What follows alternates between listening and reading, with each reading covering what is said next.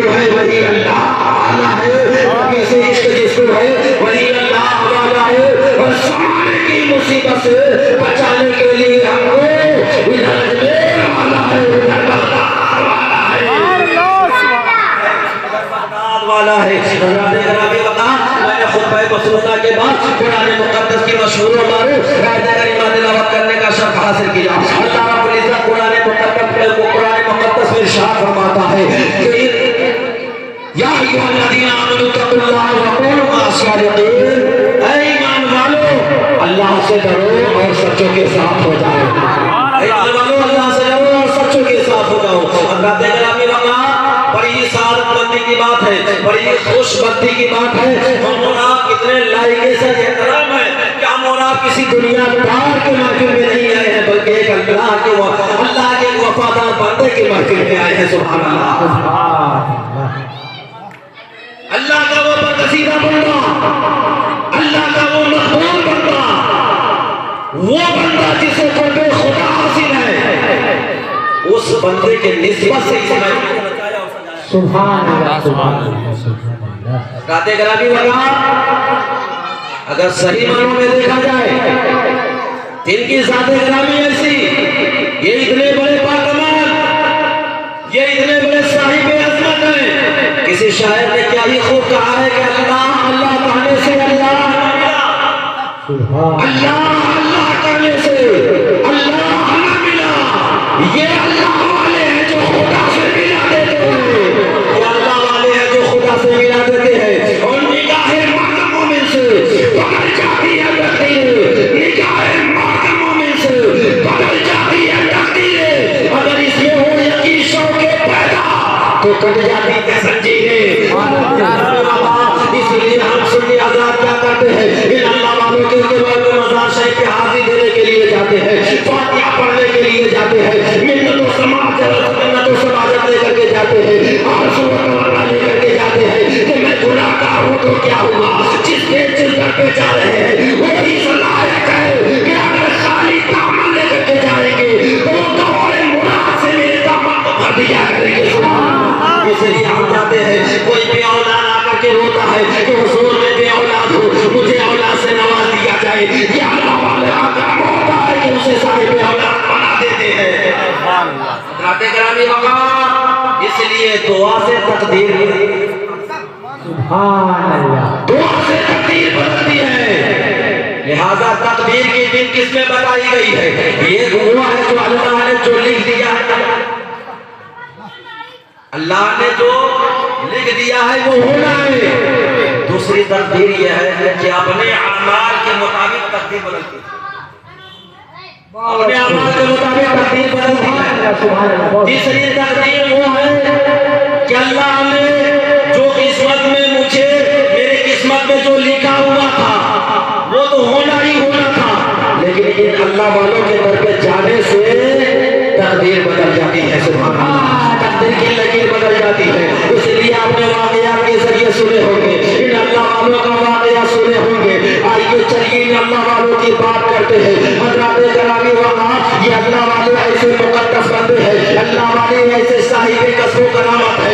जब तक दुनिया में हयात ज़ाहिरी गुजारते रहे, करामत के जलवे बिखरते रहे, और जब दुनियाए पानी से चले गए, दुनियाए पानी से चले गए तो करामतों का मामला और बढ़ जाता है। सुभान अल्लाह, दुनिया में जब तक जिंदा रहे रोज़ाना उनके तरफ मेला लगा करता था।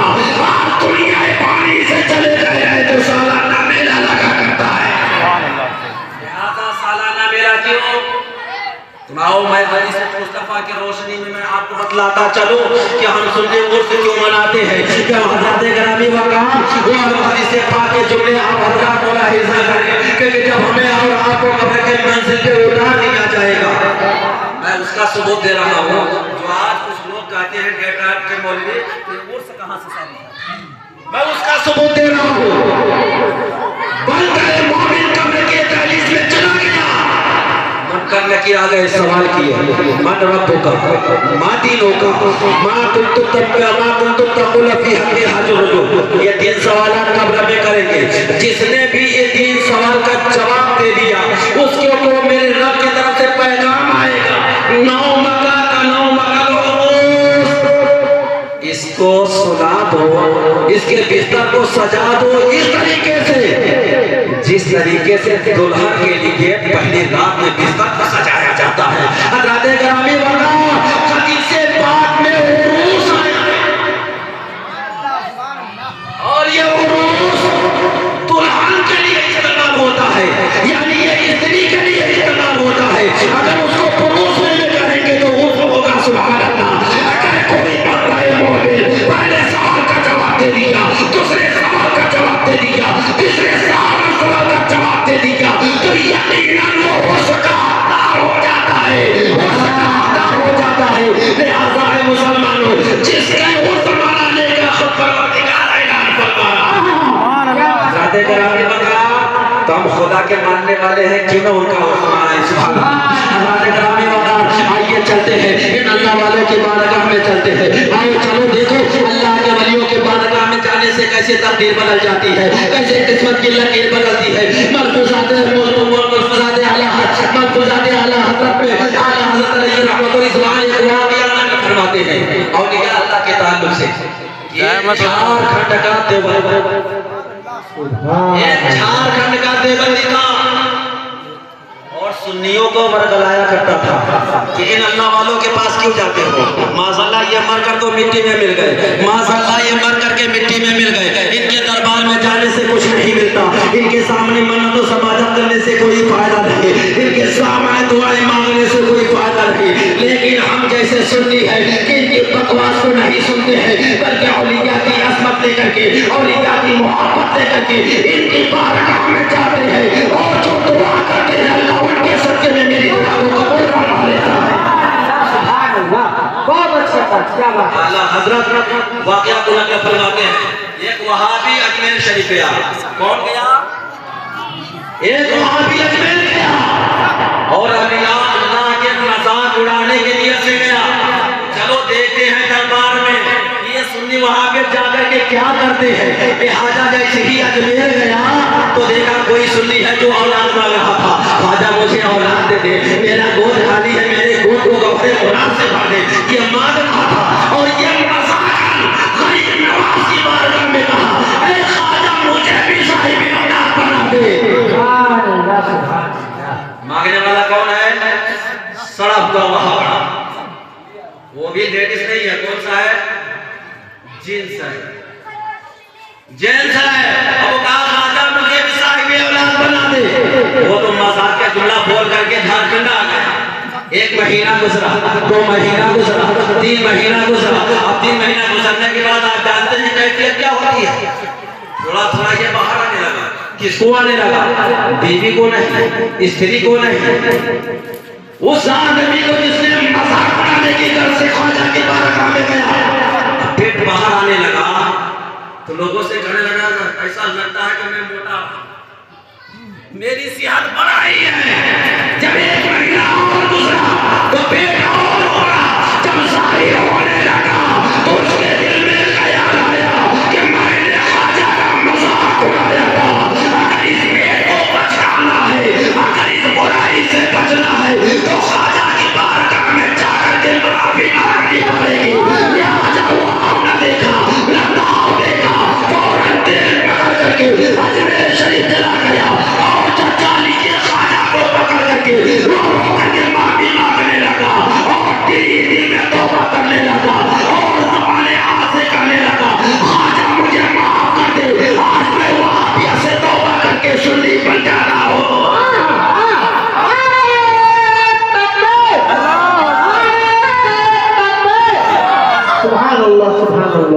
हज़रत गिरामी वक़ा वो ख्वाजा, वो या अल्लाह है, वो अल्लाह का बरसीदा बंदा, वो अल्लाह का मकबूल बंदा, वो अल्लाह का मंसूर बंदा, जिसे कोई खुदा हासिल है।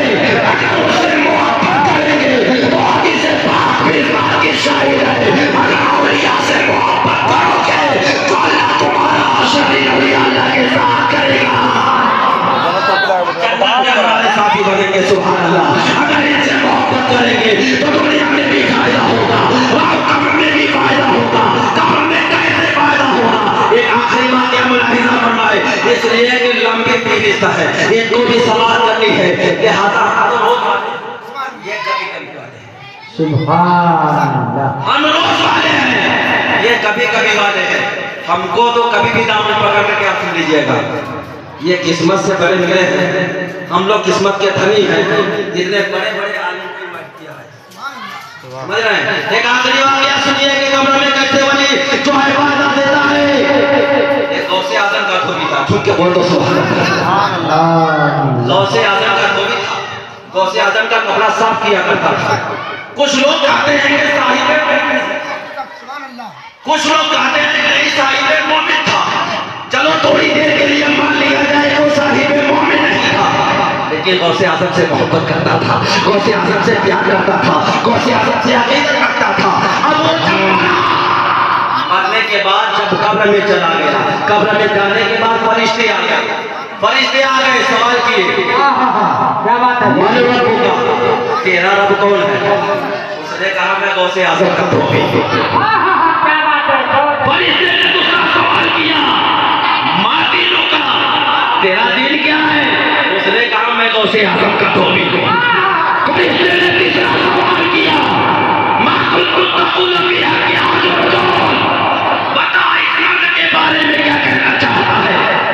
उस धोबी ने कहा मैं गौसे आजम का धोबी हूँ। सुभान अल्लाह, सुभान अल्लाह। क्या बात है? फरिश्ते आजम कहते हैं परवरदिगार, आज तो अजीब बंदा मिला है, आज तो अजीब बंदा मिला है, जिसको सवाल का जवाब आता था वो जवाब देता था, जिसको सवाल का जवाब नहीं आता था वो हाँ नादरी की सदा प्राप्त करता था।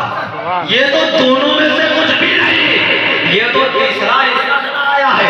नहीं बता, अब तू ही वो बना इसके साथ क्या मामला करना, इसके साथ कैसा सलूक करूं, इसके साथ कैसा बर्ताव करूं, इसके साथ कैसा व्यवहार करूं। ऐ परवरदिगार तू ही बता दे, तो हुक्म परवरदिगार होता है। अरे फरिश्ते देखते क्या हो, इसने मेरे नेक बंदे की तरफ निस्बत कर दी है, लिहाजा इस निस्बत के बुनियाद पर मैंने इसके खताओं को माफ फरमा करके इसे जन्नत का हकदार बना दिया है। मुसलमानों सोचो तो सही, जब निस्बत जन्नत दिला सकती है, जब औलिया की निस्बत जन्नत में तुम्हें लेके जा सकती है, औलिया की जात से, औलिया की तान से जो लिपट करके अपनी जिंदगी गुजारता होगा, क्या वो दामन पकड़ के जन्नत में नहीं जा सकता?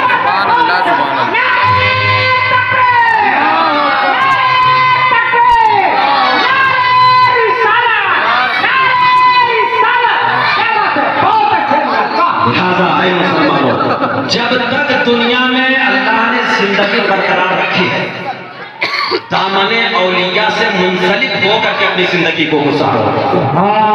हम तो जिंदा है वलियों के दम से, किसकी हिम्मत जो टकराए हमसे, हम तो जिंदा है वलियों के दम से।